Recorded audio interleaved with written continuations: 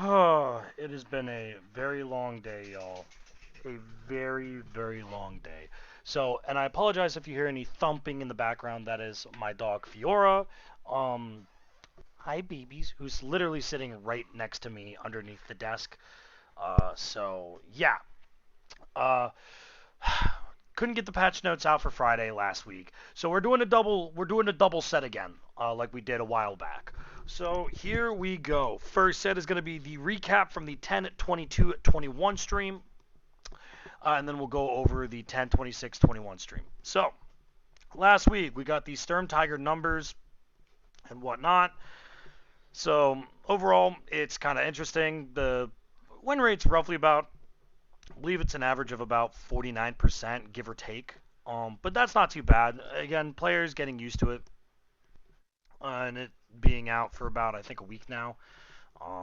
Again, I've lost all sense of time. So, but nice. This is nice to see. Um, we get to see the E50M line reforged.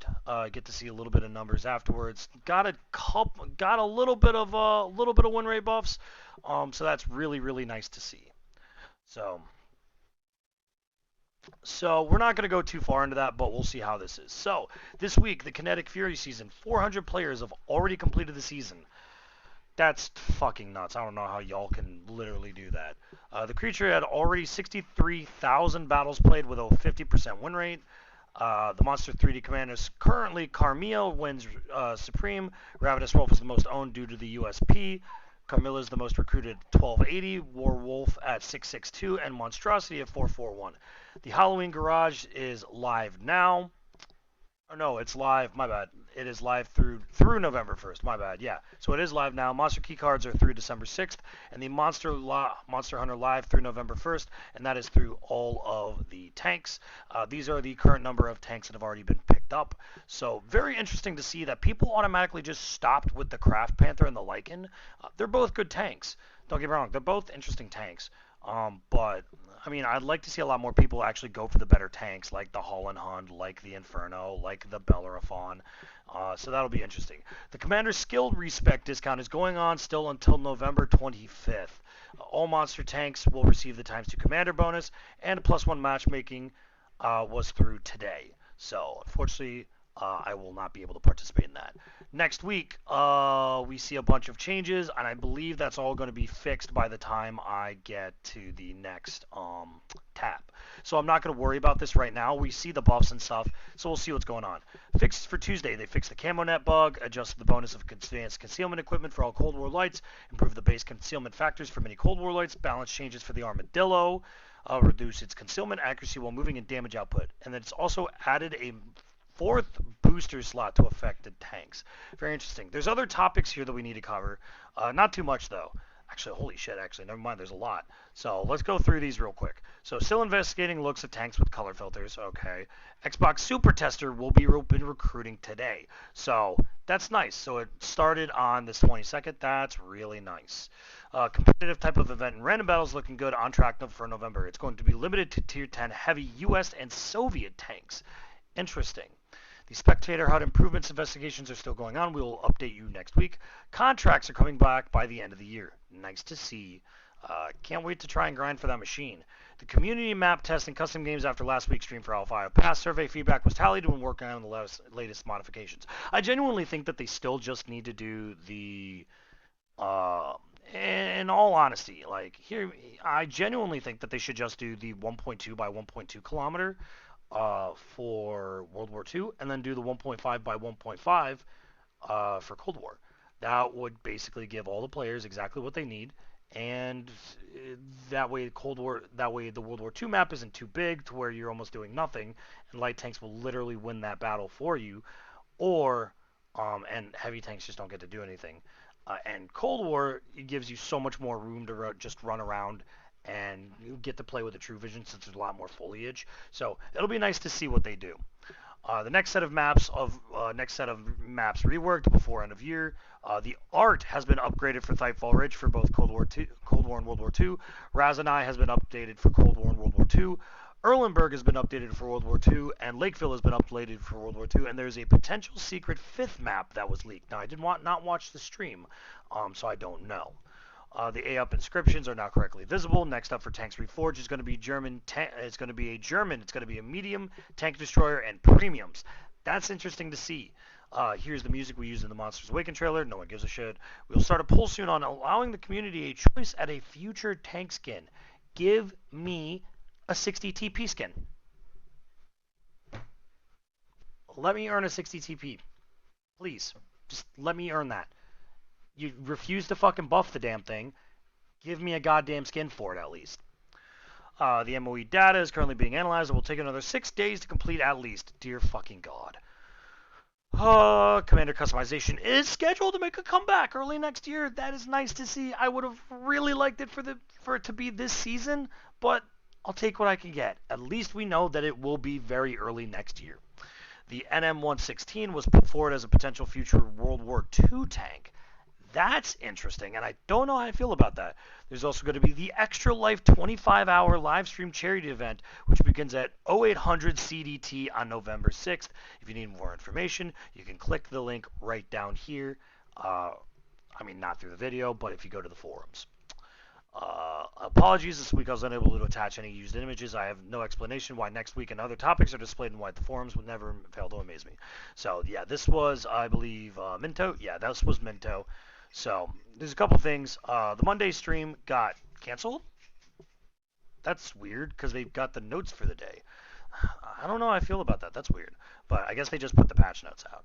But overall, I'm just going to do a quick recap of the 22. Overall, like to see all of the info. Love to see those numbers. Very, very interesting. Don't know how I feel. Again, I haven't seen any of these numbers yet, and I'm about to, and I might end up crying. So, we'll see. But, again, I'm just mad that it's not the fucking FV215B, and instead it's the fucking Chieftain. Like, bruh. Come on, man. So dumb. So, but anyways, going through here. Again, it's not a bad patch. It's just more of like bug fixes and just stating numbers. Nothing special, right? So, now we're going to move on to 10.26.21.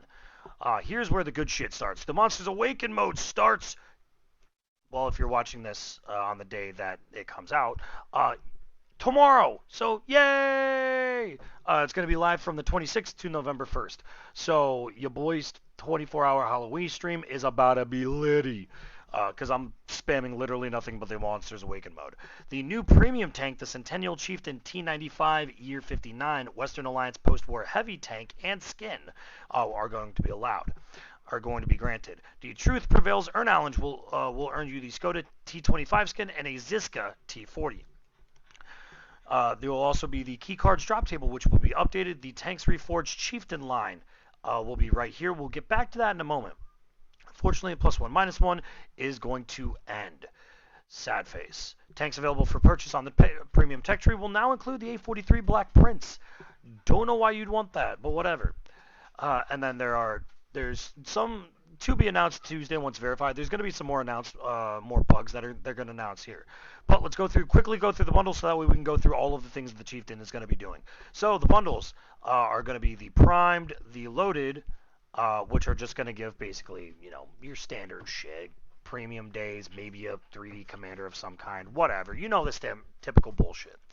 Along with that, we're going to get some other packs. We're going to get the class sampler, which is going to give us the Bog Whore, I believe. Yeah, that's going to be the Bog Whore, the Volk T4100, and the Turtle.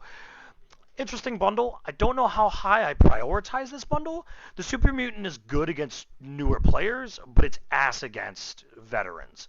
The Volk, in my opinion, is just not that good of a tank, and the Turtle's a meme. If you enjoy meme tanks, this is definitely the bundle for you. Otherwise, don't get it. The Tenacious Trio is going to include the PZ58 Mutts, the Bison T103, and the Capture King Tiger. Can you not, little girl? I apologize for those of you that just heard that. My dog is going nuts right now, probably because it's super hot. So after I end the video, I'm going to have to turn the AC on. Overall, this bundle's not too bad. I think the only one that's really actually still good out of them is the Bison, and that's because hold down, it is a monster. It's angling on its turret is absolutely insane, but it is on a trash can of a chassis. So if you're showing your bottom plate, you're gonna die. The King Tiger, like any other of the tigers, have pretty much been power crept into oblivion, and the 58 mutts is the mutts. Nothing special. Not a great bundle. The Battle Wizards, however, on the other hand, is a very interesting bundle that a lot of newer players, if you're paying attention to these videos, you should be looking at these and the next bundle after this. So the Amx Cda105, the Equalizer M53, and the Arietta Progetto M35 Mod 46. This is a very interesting bundle. The Amx Cda105 is a TD, and it's a French TD, which is weird for a lot of people, especially since it's a middle ground tier. I believe it's a tier 7. I could be wrong on that though, but it's not a bad tank. Just be used to the fact that it's non-turreted. The Equalizer is disgusting. It's gross, and everyone that owns one, I hate you. I hate you with an absolute passion. And then the Arietta Progetto is a great trainer for the Italian both medium and heavy lines now. So if you don't have the Italian lines, grab this, get an Italian crew, train that bitch up, and start working on those tech trees. Honestly, I think the tier 8 premium, the Arietta, and the regular Progetto are good tanks. They're not necessarily awful tanks. You just have to get used to the auto reloading mechanic. But once you get used to that, you're basically on the road. And then the next one is the training tracks, which is going to include the PZT25, the KV222, and the T14. Overall, these tanks are actually not that bad. For lower tiers, they're pretty fun. The T20 or the 220 is not a bad tank. It's not awful. It's not bad. Definitely teaches you how to play a heavy. The PZT25 has a pretty decent concealment for its tier. It's just treated like you would like any other Czechoslovakian tank and stay as far away from the fight as humanly possible. And the T14 is an absolute unit if it is top tier. Like, you bully people with that tank's angling and armor. It's kind of a nasty guy at, I believe it's tier 5. It's a nasty little tank. Just be aware of premium rounds. You'll be fine. After that, deals of the week are going to be the IS-3 Auto and the Samua SM. Nothing special here. The Samua, I believe, it's the Unskinned Nomad. It is a 5-shot French heavy autoloader. Interesting. It's an interesting tank. You're very good at clipping out, but your armor is not that great, so you need to be careful of when you clip out. Because once you clip out and someone sees you and they start running at you, there's really not a whole lot you can do about that. The IS-3 Auto, despite its name, is not an autoloader. It's a single shot. Don't trust it. It's kind of ass. Along with that, the personal offers for the week are going to be the Citadel Tiger 1, the M46 Patent KR, and the Rheinmetall Scorpion. These are actually really good, but because they're personal offers, I don't recommend them. If they were on Deals of the Week, maybe, because I think Deals of the Week get a slightly better bundle bonus. Or a slightly better deal, but I don't remember because I don't think it's a full 50% for personal offers. I'd have to take a look. But the Citadel is a solid tank. It's a Tiger. You can't go wrong with most of the Tigers. The Patent KR, it's not great. I'm going to be honest. Out of all of the three of these, it's kind of garbage. But if you need something, if you just want to learn how to play the Pershing and the Patents, it'll do you fine, but it's not going to be amazing. But if you can pen and do damage in it, you'll be able to play the Patents. And along with that, the Rheinmetall Scorpion, really good German TD that hits like a truck. So if you're interested in that, there you go. Along with that, there will be a stream on Friday, the 29th of October, for a new tank and balance changes first look, plus a giveaway. And then on Monday 1st, there'll be insider information with Minto. Now, we're going to go back here, and we're going to go ahead and load up the Chieftain line. So hopefully this works. There we go, loading it on up. So we're going to go through just the numbers real quick and get those down just to take a look. So the Chieftain is going to get a solid amount of buffs here.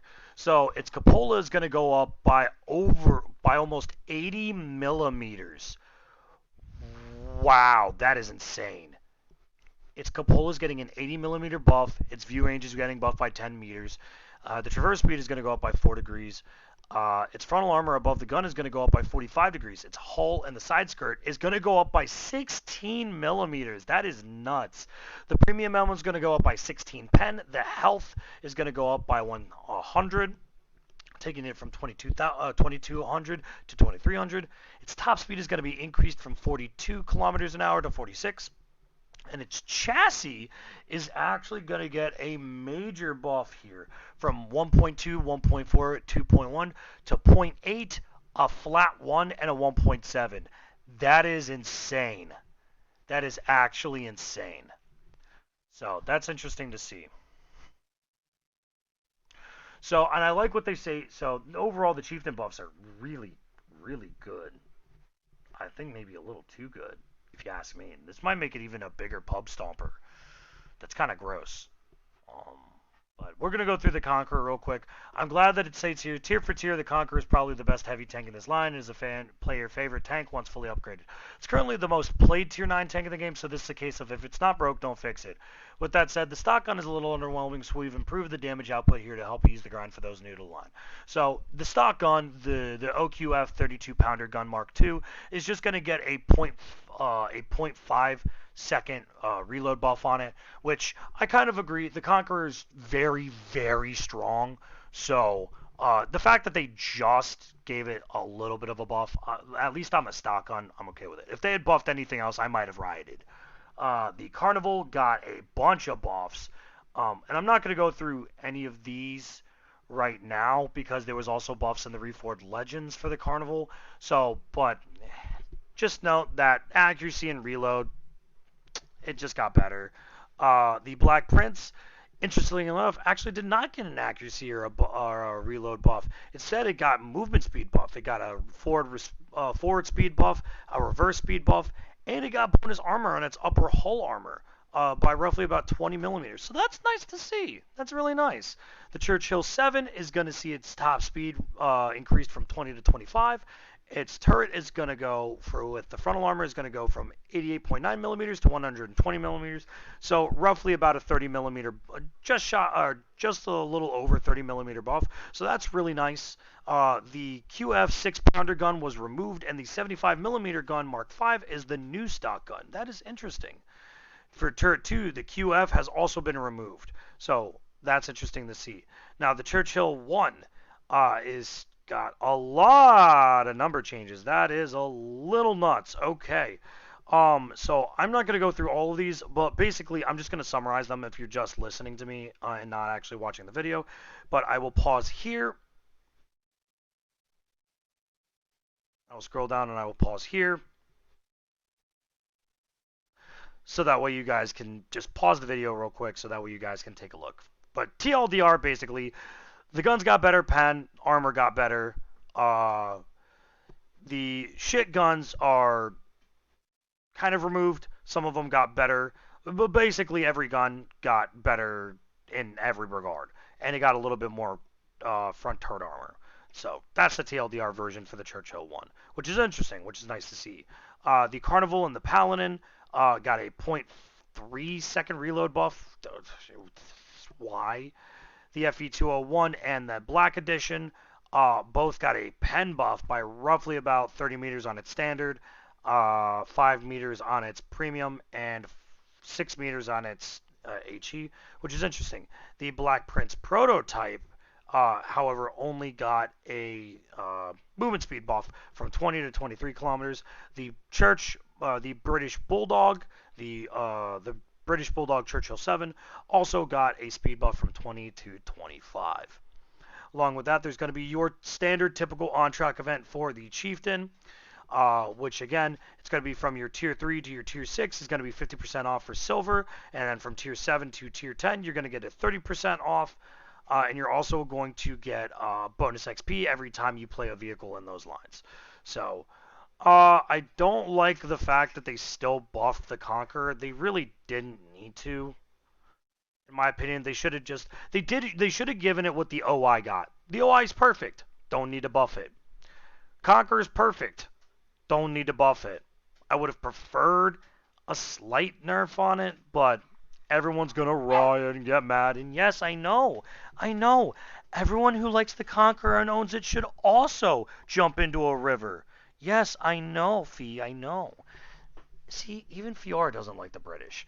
Um, but overall, I think the rest of the tanks are kind of okay with where they're at. I think honestly, the carnival buffs are really nice, especially for people that are playing those. And I know a lot of people from the tier 5, from the Churchill to the Black Prince, are very thankful for those speed buffs and those armor buffs. So I know a lot of people are very happy about that. Which I mean, even I can admit, a lot of people, I've seen a lot of people suffering on those tanks. A lot of fucking people suffer on those tanks. But the premiums, I don't know if they really needed a buff. I don't play the FE201, so I don't know if it's good. The Black Prince version, I don't know if it was good. The Bulldog is just a Tog 2, but less meany, so it's kind of whatever. But overall, it's interesting to see. And again, I'm going to say this one more time for those of you in the back.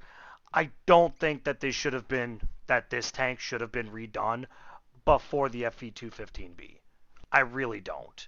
But it is what it is. I think the 215B needs a lot more love. A lot more love than the Chieftain. In my opinion, I think it needs a complete overhaul of its side skirts. Like a complete overhaul of its side skirts and the way that its spaced armor works. Because god damn is that tank useless. It is fucking ass. But yeah. But thank you guys so much for stopping by and watching. I really appreciate it. I hope you guys have a wonderful day. And as always, oh shoot, we got to do question of the day. What's our question of the day? Fuck it, we'll skip the question of the day and we'll go on. But thank you guys so much for stopping by. Hope you all have a wonderful day. And as always, good hunting. I'll catch you guys next time.